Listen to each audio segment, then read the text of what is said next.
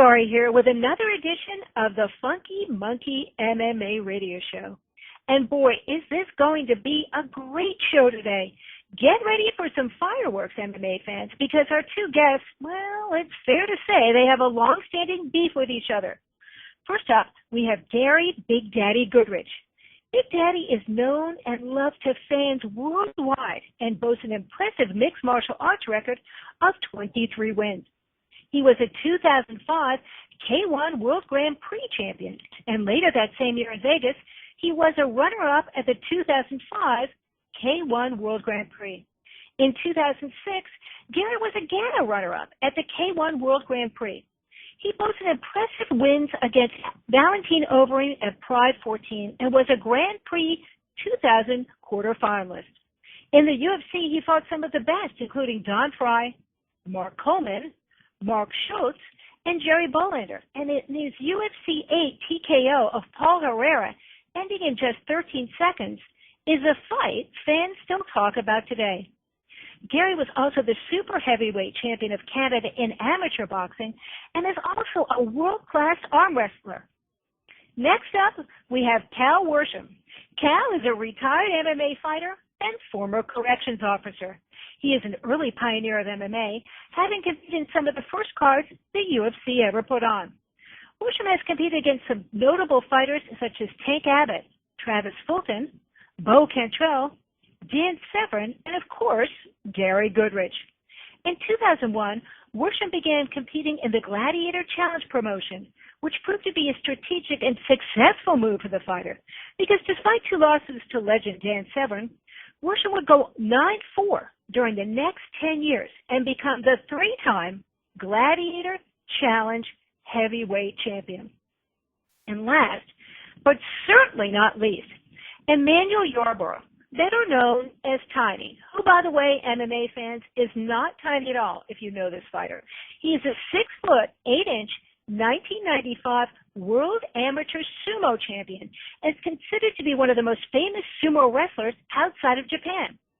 Tiny also holds the Guinness World Record for the heaviest living athlete.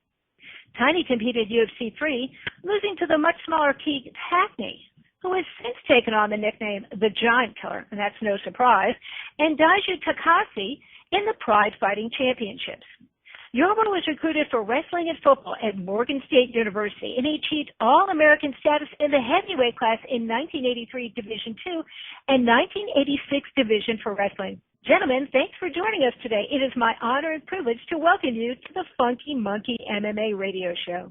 You can listen to Funky Monkey MMA Radio on iTunes, Stitcher Radio, Blog Talk Radio, Player FM, Cast Roller, the TuneIn Radio app, MMAFutures.com, and FightBookMMA.com. If you want the freshest news and notes on MMA, then check out FunkyMonkeyMMA.com.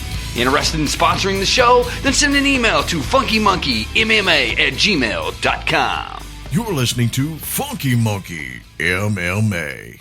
MMA fans, are you looking for something to set you apart? Then check out AltercationClothing.com. Altercation Clothing is a brand with attitude, offering fans and fighters alike a variety of specialty shirts. If you won't back down, then you're ready for an altercation. Altercation Clothing can be found on Facebook at facebook.com/Altercation Clothing. Altercation Clothing is a proud sponsor of Funky Monkey MMA Radio. Are you looking for a new MMA website to check out? Then get over to MMAWreckage.com for the latest news, analysis, videos, in-depth blogs, fighter interviews, and more. From the local shows to the UFC, MMAWreckage.com has you covered. You can find MMA Wreckage on social media as well, on Twitter at MMA Wreckage, or on Facebook at facebook.com/UFC fans page. So stay up to date with all things MMA at MMAWreckage.com. MMA Futures and Funky Monkey Radio partner together to bring you the latest fighter interviews and MMA news. Check out MMAFutures.com. Hey, it's Dynamite Dustin Hill, executive producer of The Sports Cage. Be sure to check out the show live at 9 p.m. Central Standard Time for MMA Mondays with host Debo and MMA legend Paul the Polar Bear Varlins, and Manny Tiny Sumo Yarborough talking all things MMA. You can also catch WMMA Wednesdays with Debo and Mama Beast talking to some of the biggest names in WMMA. Find all things Sports Cage at FunkyMonkeyMMA.com. You're listening to Funky Monkey MMA. Mr. Cal Worsham, my name's Matthew Dolly. I am a big fan of MMA like a lot of the guys here, and I'm going to break the ice with the questions if that's okay. As a longtime fan and an amateur fighter in the sport, as a young kid, I got to watch a lot of your first fights in the UFC, and to watch the sport develop so far. And I was doing my homework before this interview, and I'm sure that when anybody ever brings you up, a lot of people probably bring up your fight with Mr. Tank Abbott. Do you kind of feel, and this is something that other people brought up to me as well, anybody that's a fan of the sport now that would watch that fight today, we kind of, anybody would agree it was a completely early stoppage, but the sport was so young and so immature that a lot of, even the referees back then, there's some of the good referees now, they didn't understand what was going on. Do you feel like if that would be in that situation today, if it was a fight that would be stopped, or would it be a fight that would be allowed to continue? Because obviously anybody that watches the fight knows that you weren't finished. Yeah, and Matt, it's good to meet you finally and talk to you. And great question. Absolutely, the fight would have been allowed to continue. First off with that fight nowadays, because you say the sport, but back then, let's be real, we were a spectacle. Mm-hmm. Okay, that's what we were in those days. Now it's a sport. So now under today's guidelines, Tank wouldn't have been allowed to even try to throw me or anybody out of the octagon. It's against the unified rules. Mm-hmm. So number one, that wouldn't have happened. So when Big John said, let's get it on, and I marched across the cage and met him in the middle and threw hands at his face because I wanted to throw hands because God bless Jeff Blatnick, no longer with us. But I told him in my interview I was going to throw hands with Tank. I believed I was superior, and he goes, well, how do you win though? He hits like a mule kicks. I said, I'm going to hit him 3 times, and every one time he hits me. That's how I'm going to win. And as soon as I threw that first punch, he ducked it and bull rushed me waist high, 32 feet back across the cage to slam me in the fence and pick me up and try to extricate me out of the cage. Well, definitely landing 3 punches to 1 is pretty good fight science if you ask me. It's one thing to piggyback in on the question is a lot of people feel like that kind of a fight was part of the growing pain for the sport, and it's something that unfortunately cost you a victory or it gave you a loss, if that's the way some people look at it. But it's just also the case of it was something that was good for the sport because we learned in those situations, fights need to be able to be continued until there's a definite finish or a definite loss, if that makes any kind of sense. Yeah, absolutely. And it's all hindsight now. There were just a lot of things going on that were unusual. Anybody that's watched that fight, once I was slammed from 6 feet up in the air sitting on the fence and slammed down to the cage, obviously it's time for some jiu-jitsu. And Tank even tried a submission on my right leg, I believe. But I put him back into guard.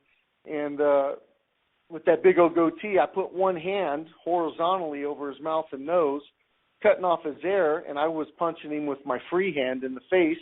And it's not real effective from on your back, but it was annoying the hell out of him.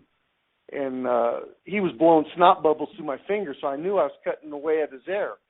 Well, with his left hand, he had it on the right side of my face, and he was digging his big old thumb in the bottom of my eye. And he was pushing it in further and further. But every time that he did it, he turned to Big John and break away from my hand over his mouth and nose and say, he's eye gouging me. And you can hear John clearly in the fight, Cal, watch the fingers. My fingers were never in his eye. This went on and on until finally I thought he was going to pop my right eyeball out, like an hors d'oeuvre. And so I reached out to tap because I didn't want to lose my eyeball or my eyesight. I didn't know what was going on, why this was being allowed, so I tapped. Most people, if they'll ask me, I just tell them, if you look, I reached out and tapped. I had enough. I didn't know what Big John was looking at, if he could even see that, because he was on one side, this was on the side away from him. And only one time in the fight, as I look at my copy of the tape, does the camera show Tank's hand, his left hand on my face like that, and his thumb's right below my eye, but he's not digging it in. The rest of the time, they never catch it. But, it's interesting that he hit me twice with his big power right hand in the left side of my face, once legitimately while I had him in guard. The second time, once I tapped and Big John come in and touched my shoulder, his shoulder, to say, that's it, it's over. I let my guard go, my feet go, and he drills me again straight down with all of his body weight, trying to break off my upper palate. That's when I flipped a gasket, because I was like, this guy's out of control. First, he's trying to illegally take my eye out, and he keeps telling John that I'm doing it to him, and he's got John telling me to knock it off. And then when I go ahead and tap from his cheating, he tries to break my upper palate off with a straight down shot, from the shoulder with all of his body weight over me. And so I got up pissed, and John had to run me into the cage, telling me to calm down. Well, if you watch that, as you see John's back, there's a camera to the left shooting downward. The only mark on my face is a triangular black eye mark under the bottom of my right eye. There's no marks on the left side of my face where he hit me twice with his big power knockout punch. So, and I know he'll deny this till, the heavens come down on earth, but it is what it is. Lesson learned. God bless him. He got the W. Manny Yarborough, and I see that you've had your fair share of run-ins with brawlers. Did you have a preference to who did you like to fight in particular? Did you like the fighting grapplers, or did you like fighting the brawlers? Hey, Emmanuel, first off, good to talk to you, brother. I never got to meet you, but big fan.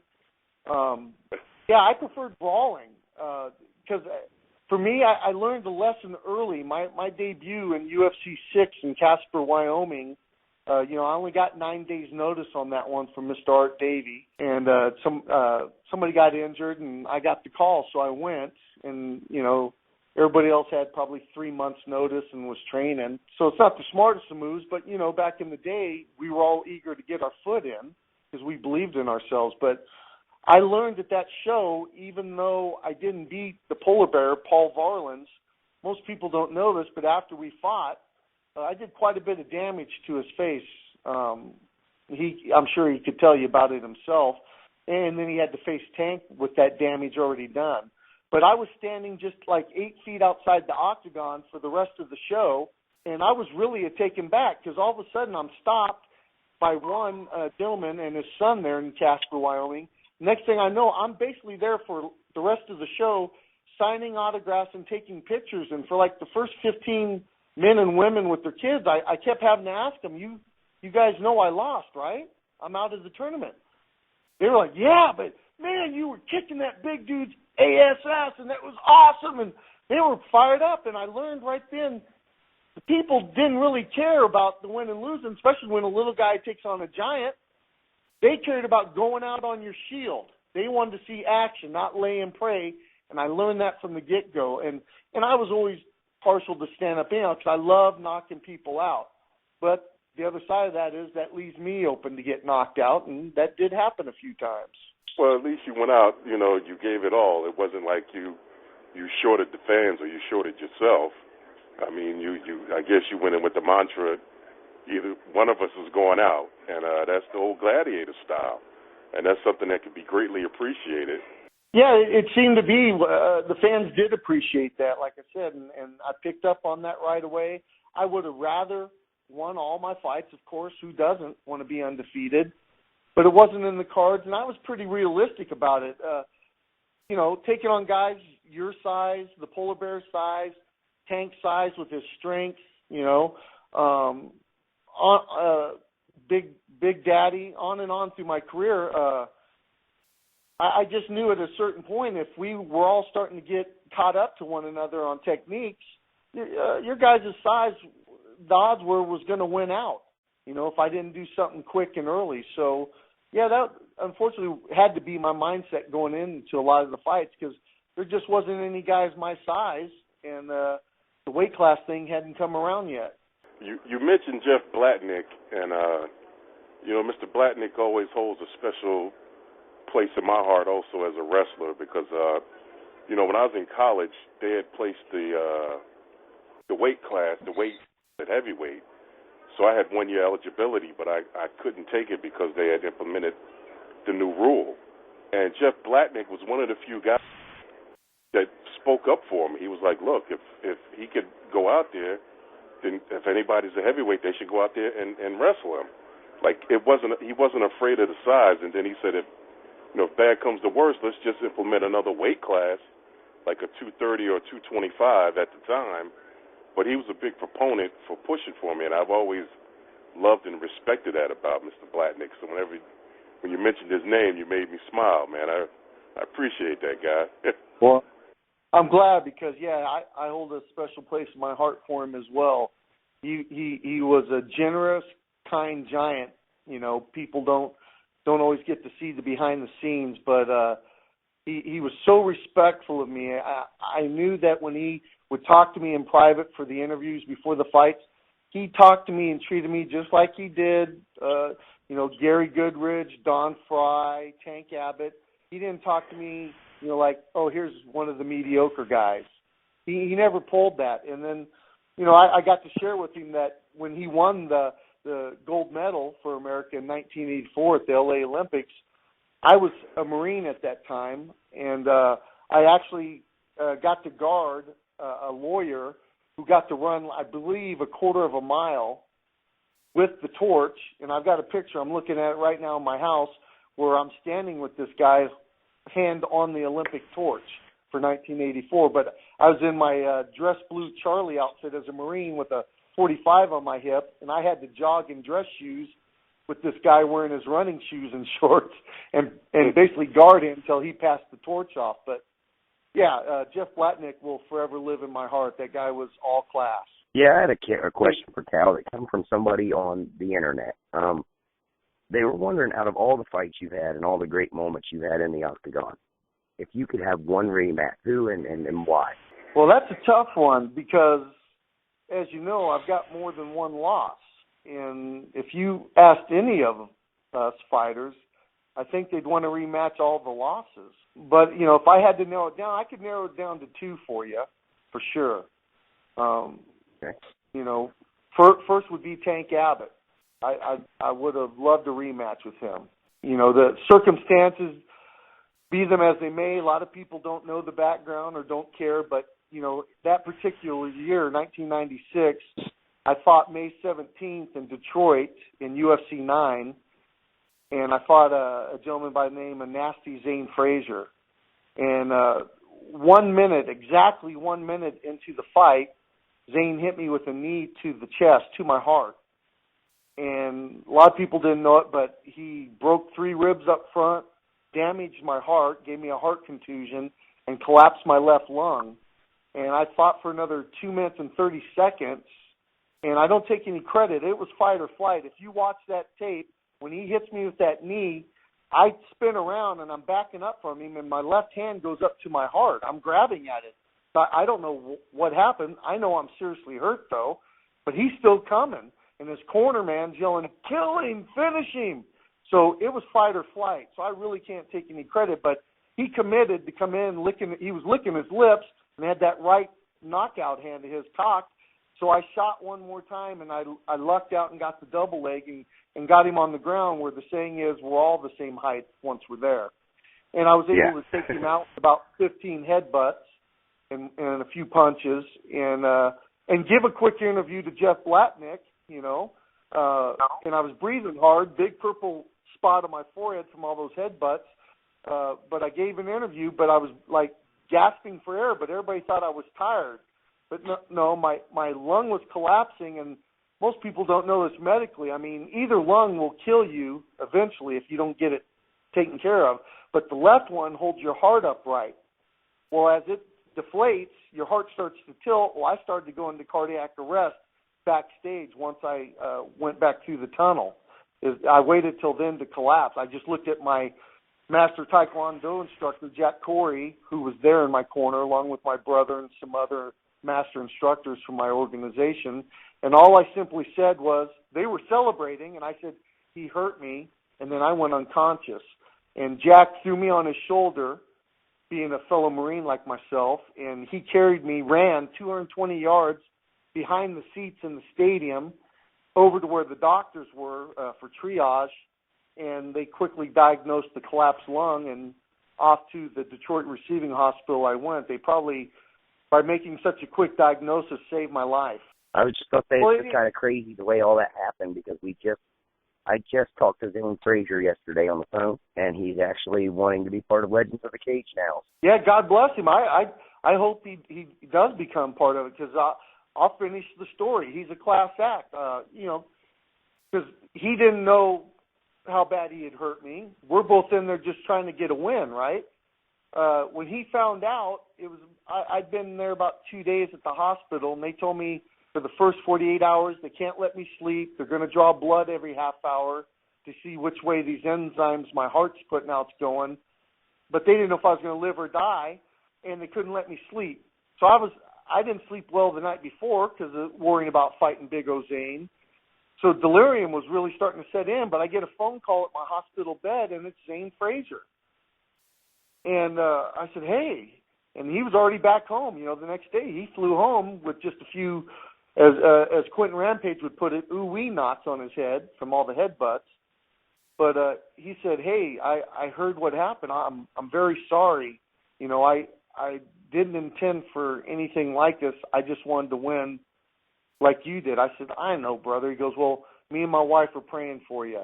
And I needed to hear words like that. I really did, because all my people had to leave and fly back home because we didn't anticipate this injury and me having to stay an unspecified amount of time. So they all had to fly back to their families and their jobs and leave me there alone.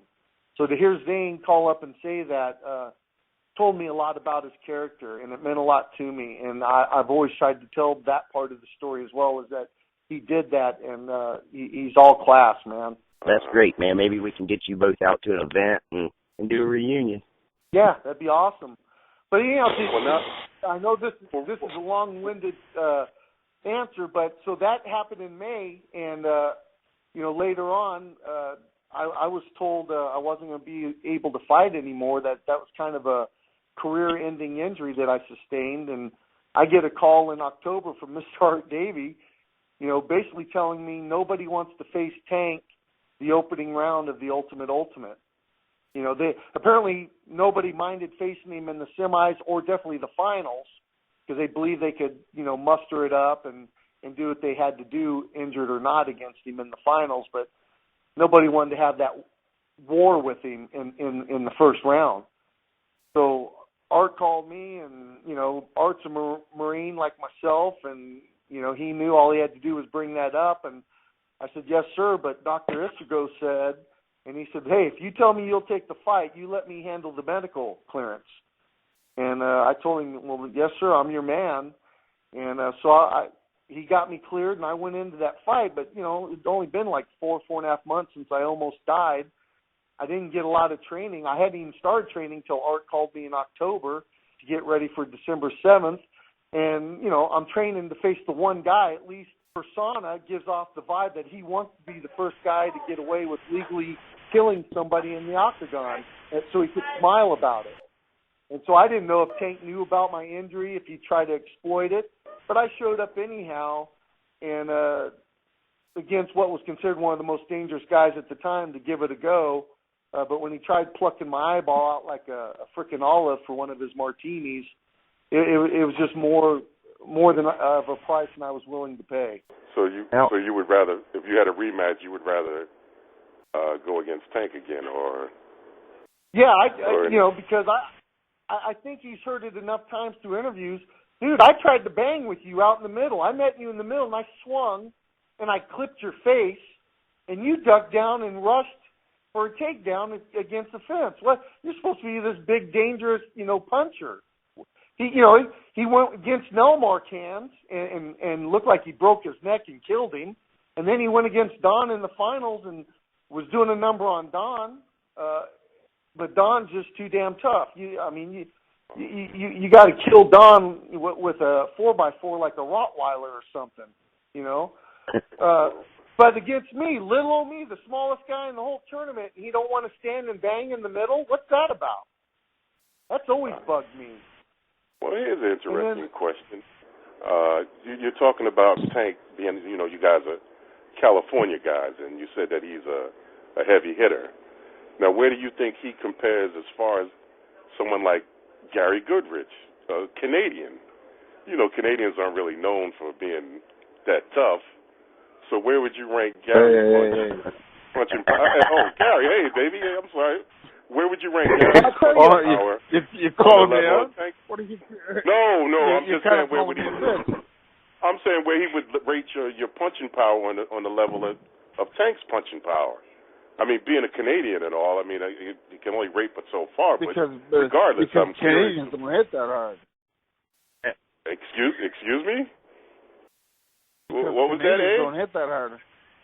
Exactly, but what I'm thinking, I mean, you're the exception to the rule. I mean, you're the man that beat Clive Dean, so I mean, you've exceeded your Canadianness. But I'm curious how he would rate your punching power to Tank's punching power. Well, Emmanuel, I'm glad you asked that. First off, just to get to it, I told you I had two that I'd like to rematch, Tank being the first. The second is Big Daddy Gary Goodridge. Most people may not know, we fought in the first IVC Vale Tudo 1 in Brazil, and Gary got me, and I was told I'd get a rematch. And I was 34 years old then. I'm now 52. I guess I got to get this colostomy bag off, and I don't know, maybe get out of the wheelchair, and then he'll finally face me. I'm not sure, but as far as punching power, don't kid yourself. When I saw Gary in UFC 8 hit those short, rapid succession elbows to Joe, I knew that guy had power. I mean, everybody already knew he's already an arm wrestling champ. That's nothing but power. And I knew a man of his size, if he hit you with the meat hooks he's got, I'd be more worried about Gary punching me than Tank Abbott, honestly, because Tank really didn't have technique. He was slop and just, you know, balls to the walls like myself, and it worked for him. He had a persona, but I wasn't afraid of it. I wanted to test it out there in the middle. He chose not to. Whatever. But yeah, I wouldn't want to. If I had to choose, I'd rather get hit by Tank or face Tank in a stand-up only fight than Gary. Well, you know what? The thing is that he's a smart man. Cal Worsham is a smart man, because I wouldn't want to get hit by me either. You know, cheers to you, Cal. You're a good man. But you know what? Once you're a coward and you stay back like that, that's what you do, and that's what people do. And then, you know, that's how it is. I don't mind it at all. But that was a very good comment. Thank you very much. You know, you can't Gary. Hang on a minute. Hang on. The thing about it is that how when little people, you know this, Emmanuel, you're 6'8". When little people, you know, Conor McGregor-sized people get hit by a big man, they go down like a ton of bricks. Well, not like a ton of bricks, like a feather. You know, I take out. You know, and that's what happened. You got taken out by a bigger man, and you know, that's how it is. But you know, there's no reason to cry. It doesn't mean that I don't like you. You're an okay guy, but you just can't. A small man can't give what a big man gives. Gary, he said he'd be willing to fight you again, though. He didn't say that he wasn't afraid to. He'd fight you again. I didn't only say that I'd fight you again. I said I was promised a rematch. So basically, I'm saying you ducked me from the age of 34. I'm 52 years old now. And you know what I find funny is I thought we were friendly. I mean, we got a job to do, which is, hey, we get in a cage and we throw from the shoulder and bang. But when we were in Brazil, I happened to catch your opponent and saw what he was doing and getting ready for you. And I came to you with the brotherhood of, hey, it's us Americans. There's 4 Americans and 4 Brazilians in this tournament. I showed you what he's working on. I showed you the counter, the move to do it. You're in my hotel room in Brazil using me as a dummy. I was taking a big risk. I didn't know you from Adam at the time. You could have took advantage and hurt me before my first fight. I'm a Canadian. I'm an American. And when you lose, a loss is a loss. You took your loss, and thank you very much. Thank you very much. Show me what you did. Well, but great. Are you denying I showed you your first move that won you your first round fight in Brazil that caused us to face each other? Oh, wow. No, you showed Gary, me that. Gary, he had to show you how to win? Is that what I'm hearing? He did show. You know what? He had to. He's playing against my brain now. My brain don't remember any of that shit. Let me you tell don't you, remember. he lost fair Oh, okay, and square, well, I showed you the move. He's just a little and man. According to Conor McGregor, he's just a little man. I don't know. He's saying that he showed you the move that it took for you to defeat him, though, Gary. I mean, that's holy mackerel, dude. Come on. It don't matter if he showed me the move or not. The thing is that I beat him.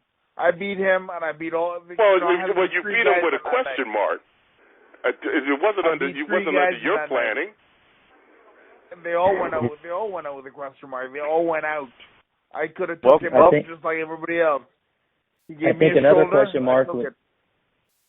question mark we need answered is how come the rematch that was promised never happened? You know what? Here's the rematch. And the thing is about the rematch, I don't fight senior citizens. He's a senior citizen now. I don't want no part of that. Next time I'm going to hit him and he's going to die or something. Oh, it's okay. Listen, man, you had your chance to beat Gary Goodridge, and you didn't do it. You didn't do it. And You're we're right. not 4 Americans You're right. that were down there. I am not an American. I'm Canadian. There's a big difference between American and Canadian. Truth be told, the reason I give you props isn't because you're Canadian. You're actually from Trinidad. That's what I respect the most. Trinidad, yeah, okay, but it doesn't matter anyways. I'm Canadian. You are an American. Wow, okay. You guys but pay hey, for everything. Here's what I think, brother. And, you and I could speculate this to death, but there's one thing that takes out speculation, and most people may not be aware of it. I hope I don't break any rules because it comes off like a plug, but there's a site called CageRank.com. And what that is they've taken all of us, Gary, me, you, Tank, Don, Tom Erickson, the whole group, and they've input every fight, every stat, every kick, every punch, every takedown defense. Everything's in a computer. So now there's no human error, no subjectiveness. It's not somebody's opinion. It's cold, hard facts. And when they put Cal Worsham versus Gary Goodridge in a second match, it says, I beat you, 3rd round knockout. And I think maybe you saw that, and that's why you've never given me the rematch. Is that right? Well, you know what? Wow. Anybody can pull that up. That's called a fact. If you want to go by facts about people who don't even know me, telling me that how you're gonna whoop me, that don't mean nothing. To whoop me, you gotta whoop me, and you ain't gonna whoop me because I beat you. I beat you down. I twisted your arm. You tapped out like a sissy. That's what you tapped. You didn't even. You screamed like a girl. Can you remember? Ah! Does that sound familiar? That's what you did. Actually, I do remember, but what you probably don't know is thanks to that move, I wound up having 2 shoulder surgeries because you destroyed my shoulder because obviously your arm wrestling strengthened those arms. But it's funny, you weren't hitting me, you weren't hammer fisting, none of these big elbows, this big power stuff that a big man uses on a little man. You went for a lock to use your strength, and I didn't tap out, and you blew my shoulder out. So, you make of that what you want. Well, and then he didn't show up for the rematch. And he wasn't able to get a rematch. All I know is he seems stuck on trying to belittle me with this little man syndrome, this Conor McGregor thing. But all I know is I'd rather be 5'8" and have integrity and have my word than be a giant like him or anybody else and not make good on my word. If you can sleep with that when you go to bed, then that's okay. But when you talk about whooping that Gary Goodridge, talk about fighting Gary Goodridge beat you. I already did that. If you want me to do it again, I do not hit senior citizens. I can't do it. You're a senior. What the hell are you talking about? You can't talk to. All you can do now is talk tough, and you're doing a pretty good job. You're talking tough, but you can't fight tough. You're a senior citizen. Stop.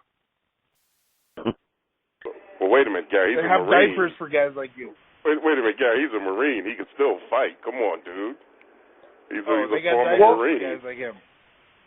Emmanuel, my greatest asset is being underestimated. So I'm just letting him go. But all I can tell you is you better pray to God, Gary Goodridge, that Mr. Brian Moore and Legends of the Cage don't come up with a plane ticket for me for October 3rd and 4th in Syracuse at the next Legends of the Cage event, because I know you're going to be there already. And if I can make it there, there just might be a chance we find out. We'll pull a Tank Scott Ferozzo and just get in somebody's backyard and settle it. I don't need a cage to get it done. Oh, now you got me working on a ticket, Cal Worsham. Yeah. You know what? And if I don't, and if for some reason it can't work out for me to make the Syracuse event, I know Legends of the Cage is coming to California, and I'll tell you right here and now, in front of God and everybody, they have that event out here. Don't come. This is my house. Don't make the mistake and show up. I don't care how big you are. 5'8" is not tough. It's never been tough. 5'8" is not a man. If you ever look at anybody have my Facebook or my Twitter, a man starts at 6 feet and 250 pounds or better. So you ain't even in the ballroom. You're kindergarten. When you grow up a little bit, come on down. Okay, I'll do that. The talk of all the size and everything is great, and I hate to beat the dead horse, but the question still isn't answered. I'm not asking, is a rematch going to happen now? The man wants to know why it was promised to him 20 years ago he would get a rematch, and it hasn't happened. Is there an answer for that question?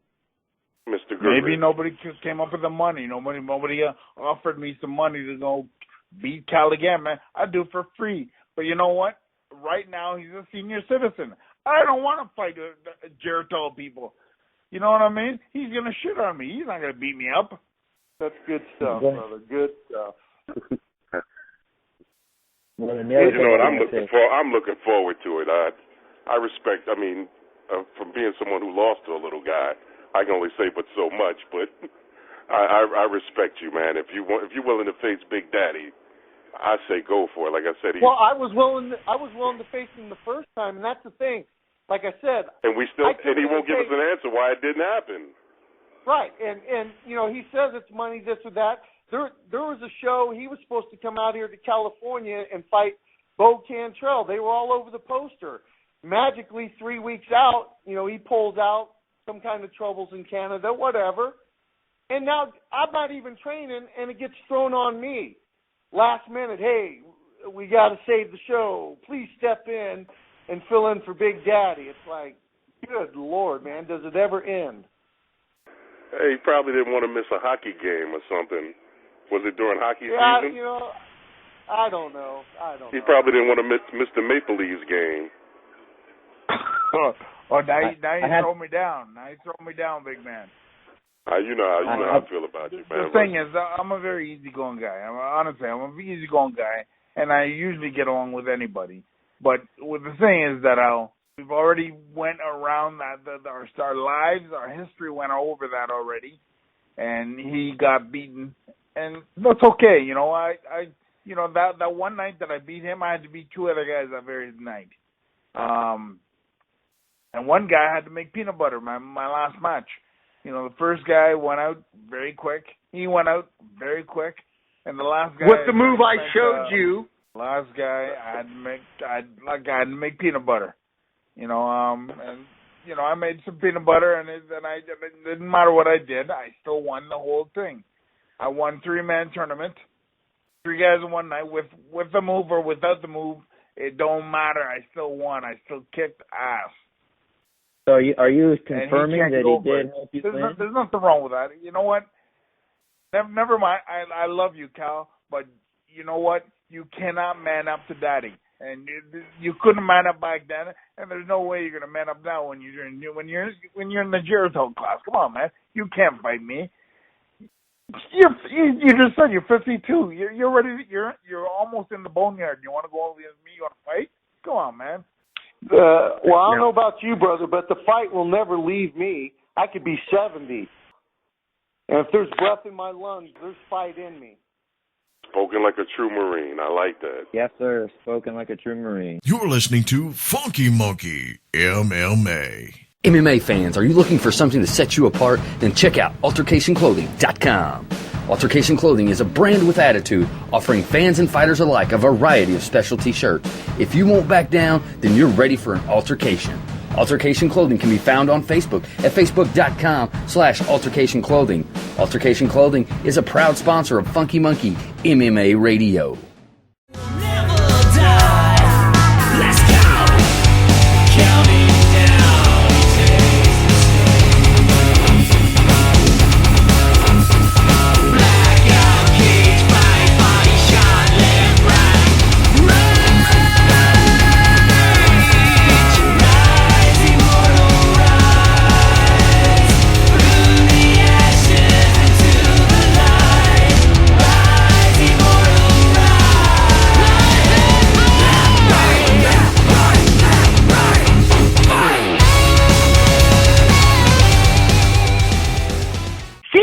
Gary here with another edition of the Funky Monkey MMA Radio Show. And boy, is this going to be a great show today. Get ready for some fireworks, MMA fans, because our two guests, well, it's fair to say they have a long-standing beef with each other. First up, we have Gary Big Daddy Goodridge. Big Daddy is known and loved to fans worldwide and boasts an impressive mixed martial arts record of 23 wins.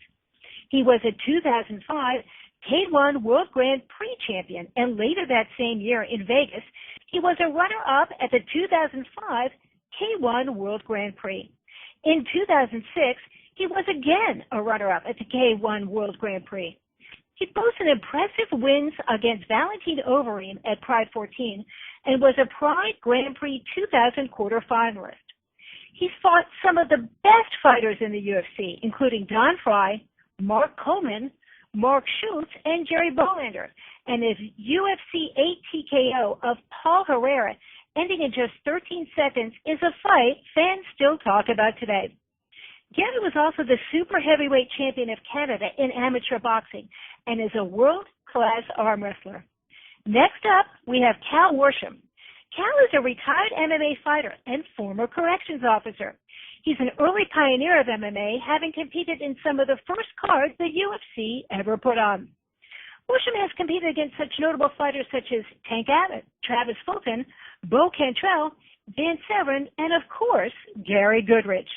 In 2001, Worsham began competing in the Gladiator Challenge promotion, which proved to be a strategic and successful move for the fighter because despite 2 losses to legend Dan Severn, Worsham would go 9-4 during the next 10 years and become the 3-time Gladiator Challenge heavyweight champion.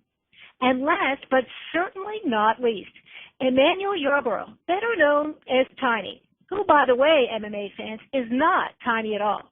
He is a 6-foot, 8-inch, 1995 World Amateur Sumo Champion and is considered to be one of the most famous sumo wrestlers outside of Japan. He holds the Guinness World Record for the heaviest living athlete. Tiny competed in UFC 3, losing to the much smaller Keith Hackney, who later took the nickname the Giant Killer, and Daku Takase in Pride Fighting Championships.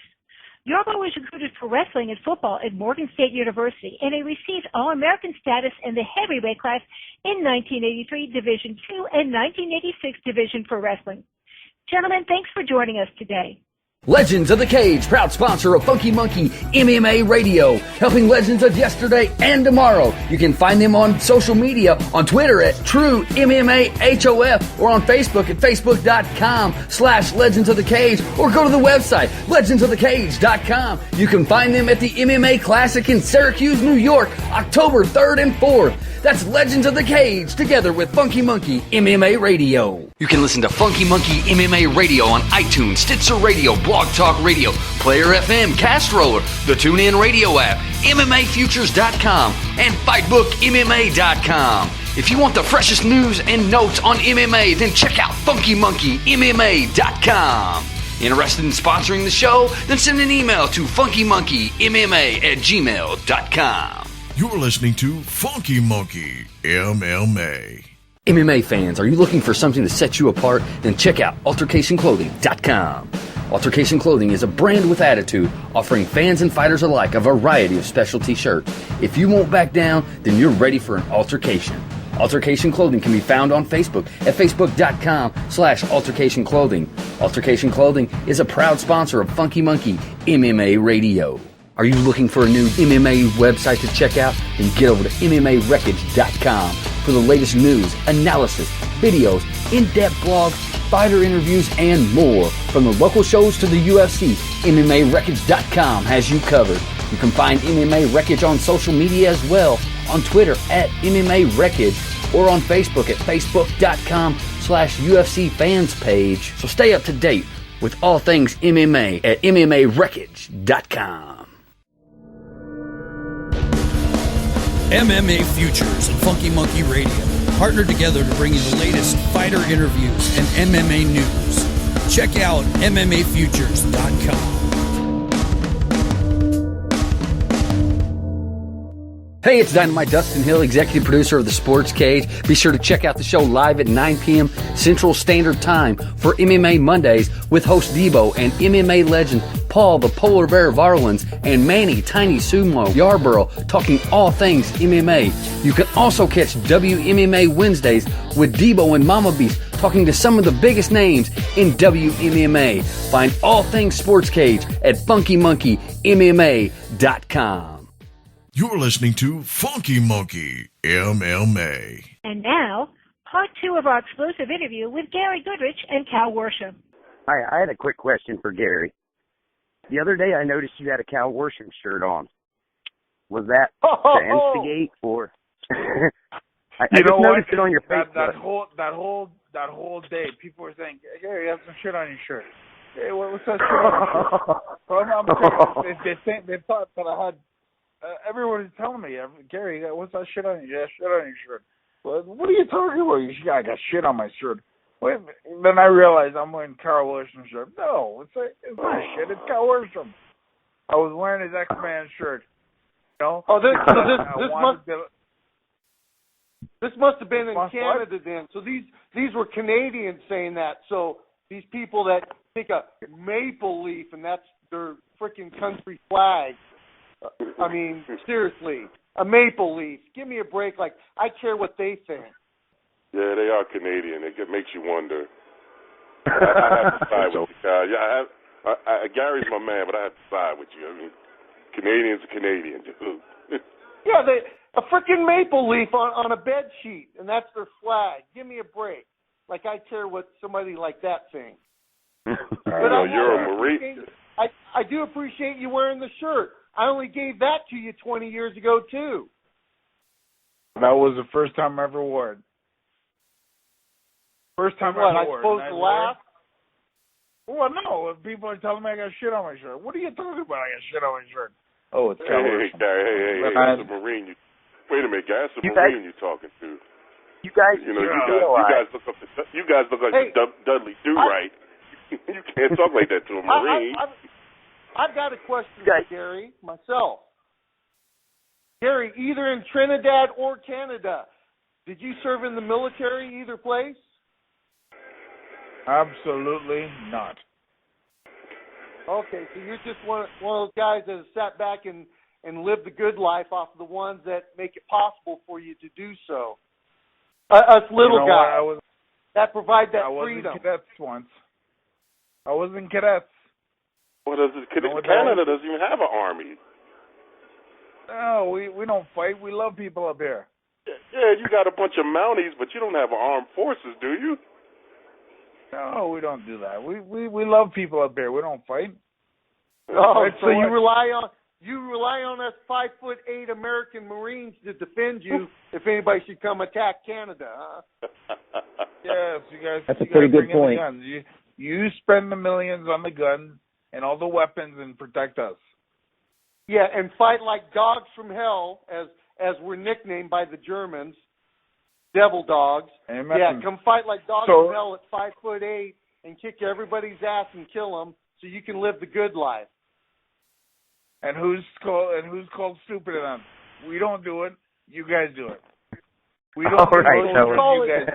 You call it stupid. I call it patriotic, and being willing to fight for what I believe in and what I get to benefit from, which is the greatest country in the world, man. We are peacemakers. And I did it at 5'8" nothing. So. Well, as an appreciative American, okay. I appreciate your service, Marine. I thank you for your service. Emmanuel. No, thank now, you. Let's throw a peace monkey wrench in here for a minute, okay? Let's talk about Legends of the Cage for just a second. Slow down the argument. You guys are both part of Legends of the Cage, you know. I do plan on bringing you out to some events coming up. I was just wondering, you know, is it going to be feasible to get the two of you in the same room? You know what I mean? Like, I really want to make this happen, but yet I'm 5'7", 170 pounds myself, so there's no breaking that up. You know what I mean? You know, absolutely. You know, I heard also with that good thing about Cal is that's how he said he got hit in the heart and whatever. But you know what? There's another story about Cal that he got in a fight. I think it was him and what's that other black guy's name? Smith, something Smith, got in a fight with Tank Abbott inside of a hotel, tore up the place, the rat shit, and got beat up. So as well as there are good stories, there's also bad stories. And Cal, you admit it, you got beaten up that one night by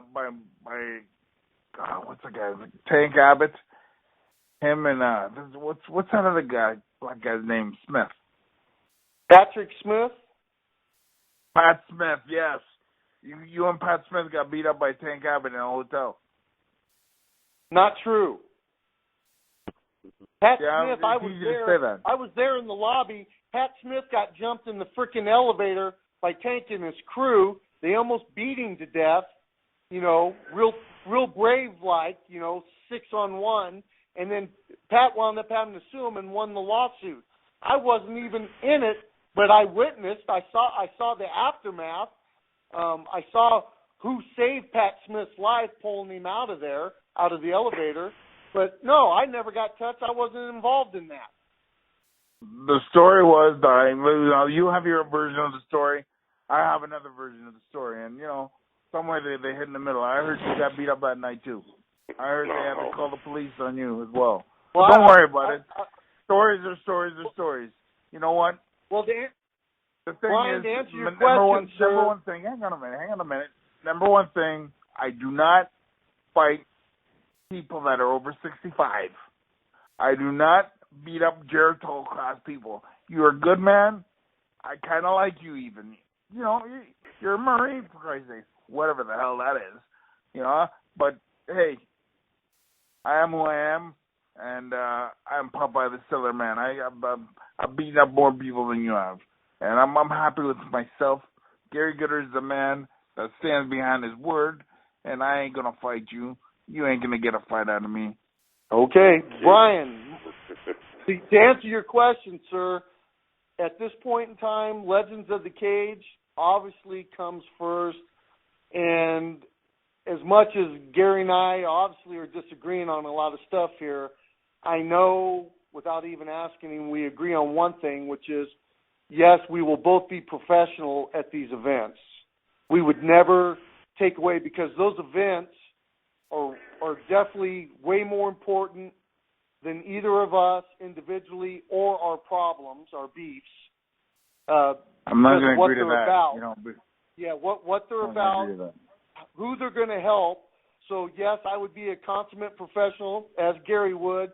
There'd be no trouble to discredit or take away from such a great organization like Legends of the Cage that's doing such great work for mine and Gary's fellow brother in arms out there that need this.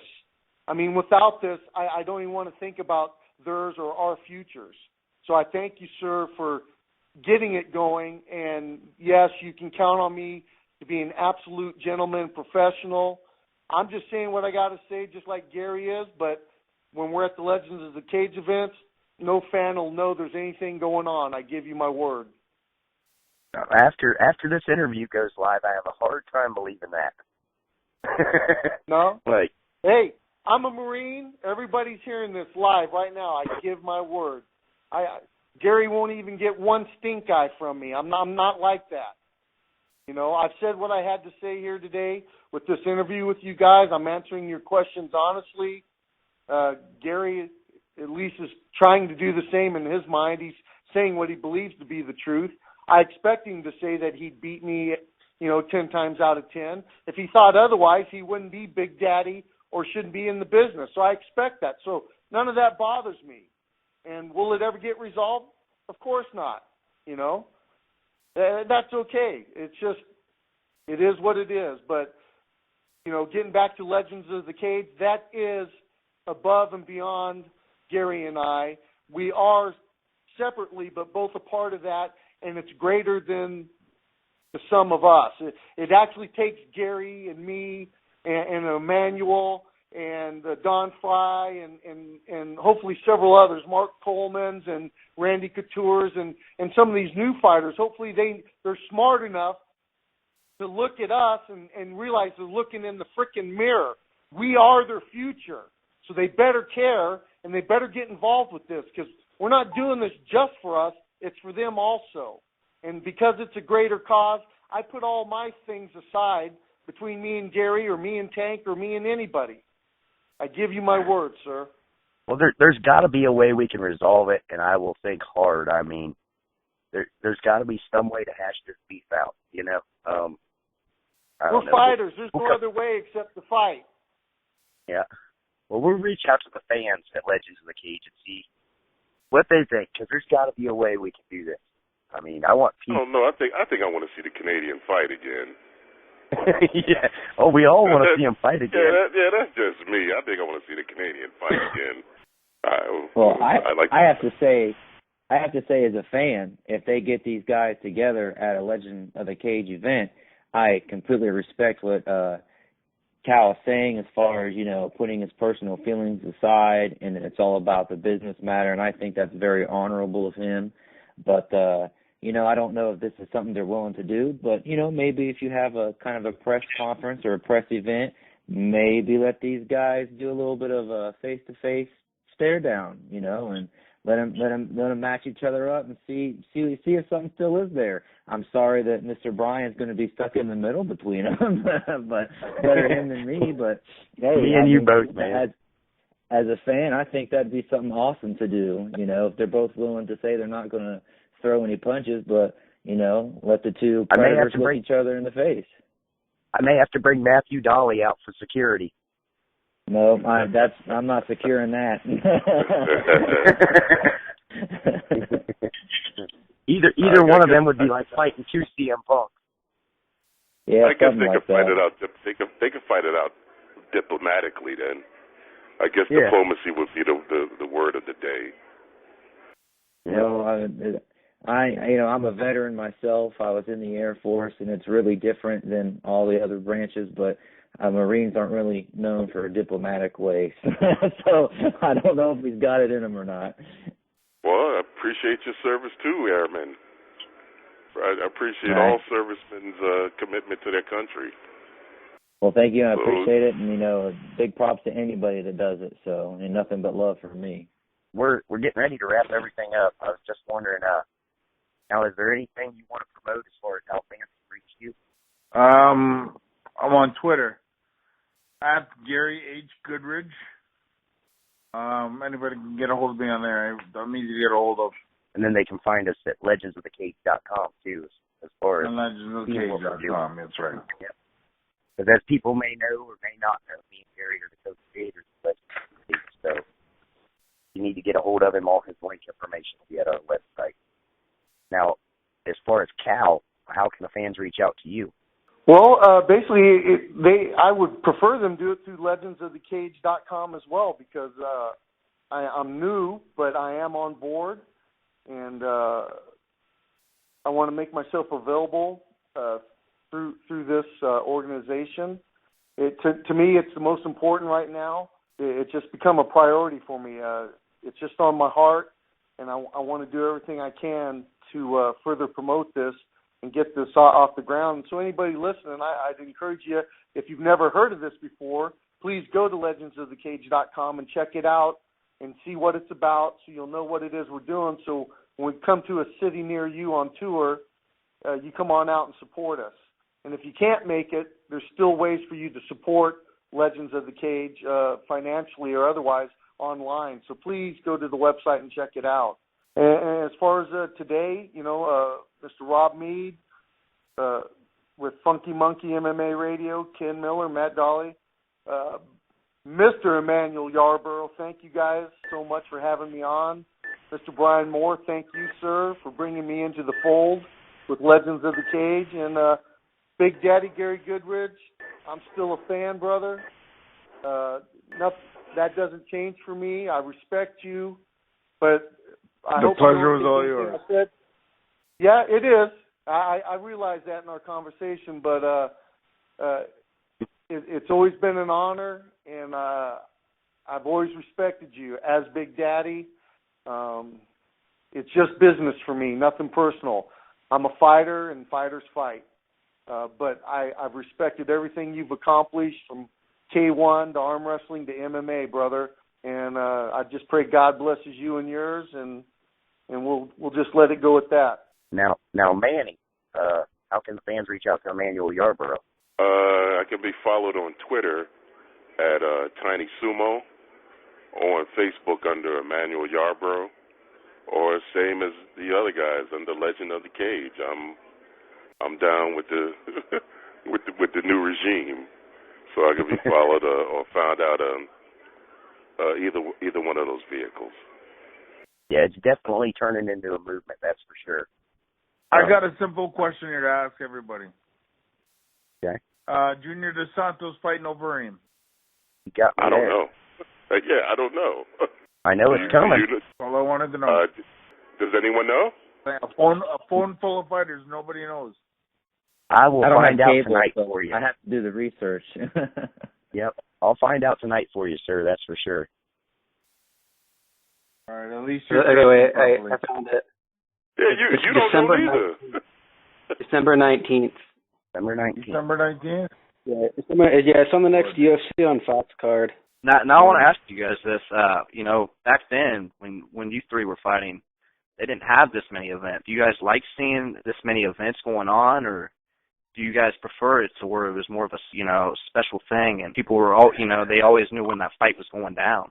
You know what? First, I'm going to answer that first. I love it that they have that many fights, simply because it makes jobs for all the young people that people are growing up watching these, and they aspire to be a Tiny Sumo, to be a Gary Goodridge, to be a Cal Worsham, and that's everything. That's such a good feeling. But I love it. I love they can fight as many times as they want. They need to up the money though. That'll come in time. That has come in time. We used to fight for $10,000 a night. Now it's way more than that. So how much? See what they're making in 10 years from now. We used to fight for $10,000 a night. 50,000, 10,000. Sorry, I had the wrong agent. I used to fight for a half a sandwich with a bite out of it. That's all I got to fight you.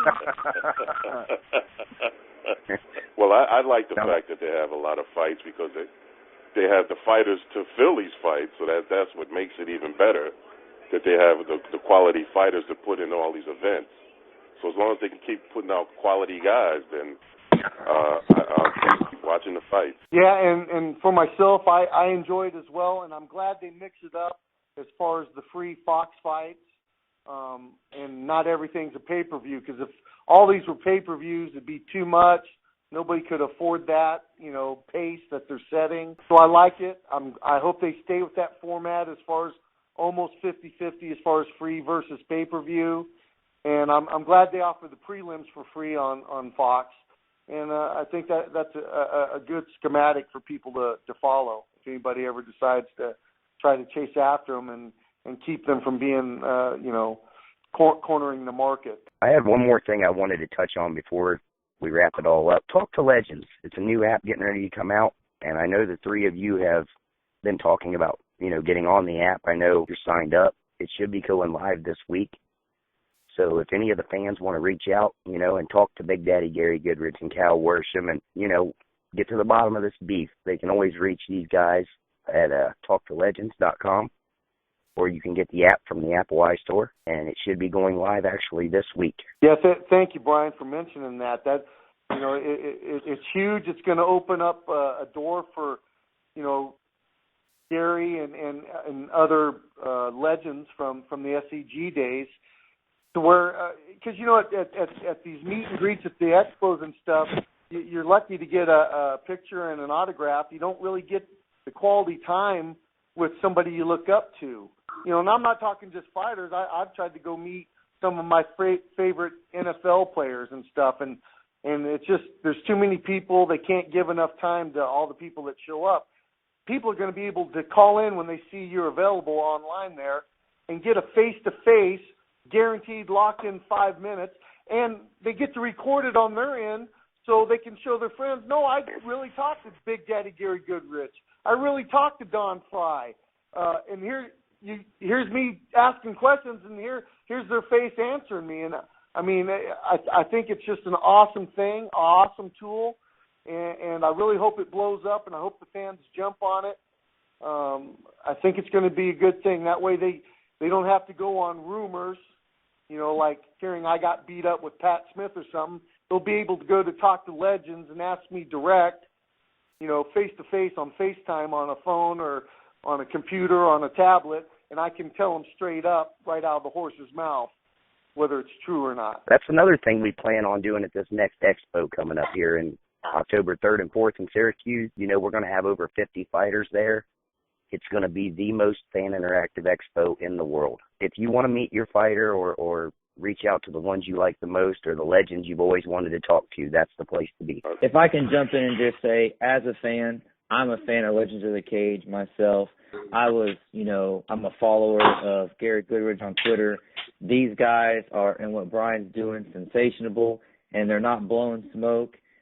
These fighters want to be fan-friendly. Gary has actually talked to me back and forth via Twitter, just, on topics on things. These guys, they want to be involved in it. So if you're a fan and you think this sounds cool, don't be shy about it. Join on. It's an awesome thing, and it's good to, represent literally the people that are the godfathers of our sport. We wouldn't have UFC on Fox today if it wasn't for these men. So, come on board, talk to them about it. It's what it's here for. And as a fan, I got to say thank you guys for giving those kinds of fights in the past and setting the bricks for people like me to be able to compete in such a sport.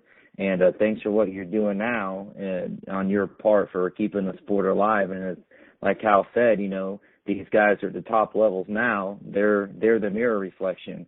So they're giving us a chance to look to see what fighters are going to have to look forward to in 20 years. So I just got to say, as a fan, y'all are awesome.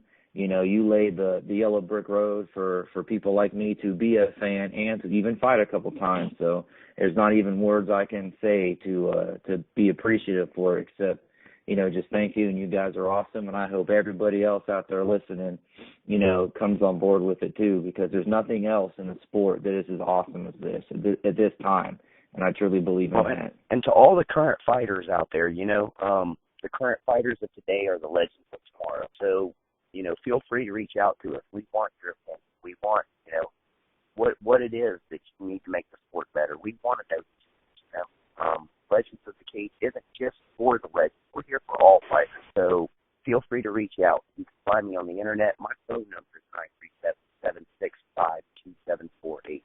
Feel free to call at any time, 24 hours a day. The comment I want to pass on to Gary first is we've got a fan here from the underground that posted a comment that supposedly, if I read this right, 25 plus years ago, he competed against you in a junior division of arm wrestling, And I guess afterwards you pulled him aside and gave him, you know, a little bit of a spiel of how he could have been technically better and this and that and a whole bunch of 9 yards. And he wanted to pass on to you. His screen name on the underground is Molson Muscles. He wanted to pass on to you that 25 years later, it's a memory that stuck with him, and he thought it was completely awesome of you to do and all that 9 yards, and that he's still a big fan and everything like that. So that was the comment I wanted to give to Gary and see if maybe he might remember it. Good. No, I don't remember it, but I'm glad.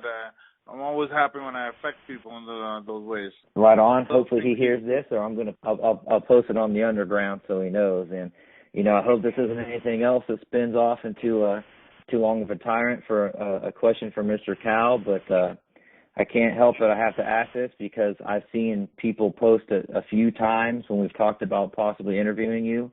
Everybody wants to know about you and Mr. Dan Quinn and what your beef is with Dan Quinn. I know absolutely nothing about it, but since a few fans, you know, brought it up, I want to pass the buck on for them. And if you can give us, you know, not too much of a, you know, hated debate, but if what your situation is with that guy. Yeah, no problem, Matt.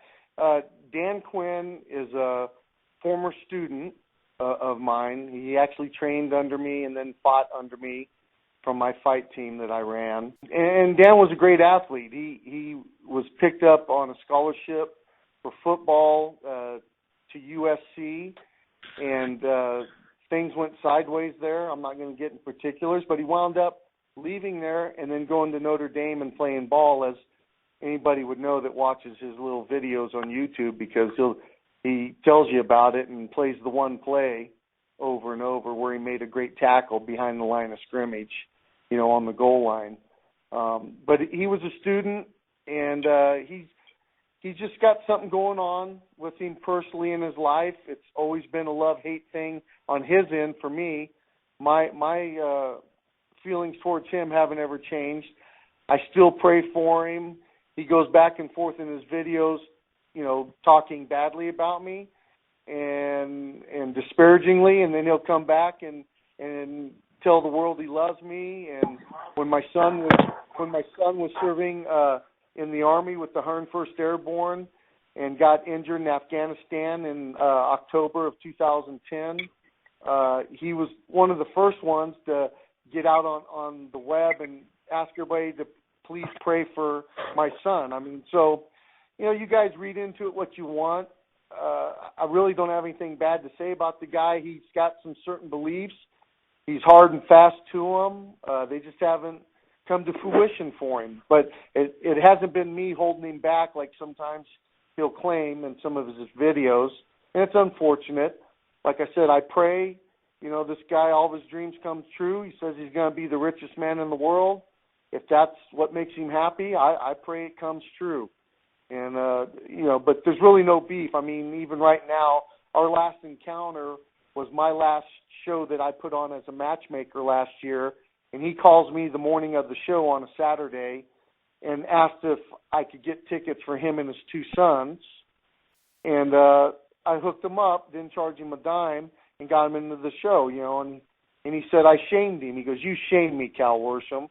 Because he knows he didn't deserve that after all the things he's done or said about me. But, hey, I just keep things in perspective. That's the way it is. But Dan Quinn's one of those guys that can be hot and cold, but overall he's got a great heart. And if you're a decent person, he'd give the shirt off his back to you. He's just one of those guys. And that's pretty much all I got to say on it. I hope that answers everybody's question. It answers it for me, because I really honestly, like I said, didn't know much about it. And I just also want to add in, fellow veteran, thank you for your service and thank you for your son's service. You know, it's awesome to hear that you're so patriotic and everything, and I respect that. Legends of the Cage, proud sponsor of Funky Monkey MMA Radio, helping legends of yesterday and tomorrow. You can find them on social media, on Twitter at TrueMMAHOF, or on Facebook at Facebook.com/Legends of the Cage, or go to the website, LegendsOfTheCage.com. You can find them at the MMA Classic in Syracuse, New York, October 3rd and 4th. That's Legends of the Cage together with Funky Monkey MMA Radio. You can listen to Funky Monkey MMA Radio on iTunes, Stitcher Radio, Blog Talk Radio, Player FM, Castroller, the TuneIn Radio app, MMAFutures.com, and FightBookMMA.com. If you want the freshest news and notes on MMA, then check out FunkyMonkeyMMA.com. Interested in sponsoring the show? Then send an email to funkymonkeymma@gmail.com. You're listening to Funky Monkey MMA. MMA fans, are you looking for something to set you apart? Then check out AltercationClothing.com. Altercation Clothing is a brand with attitude, offering fans and fighters alike a variety of specialty shirts. If you won't back down, then you're ready for an altercation. Altercation Clothing can be found on Facebook at facebook.com/altercationclothing. Altercation Clothing is a proud sponsor of Funky Monkey MMA Radio.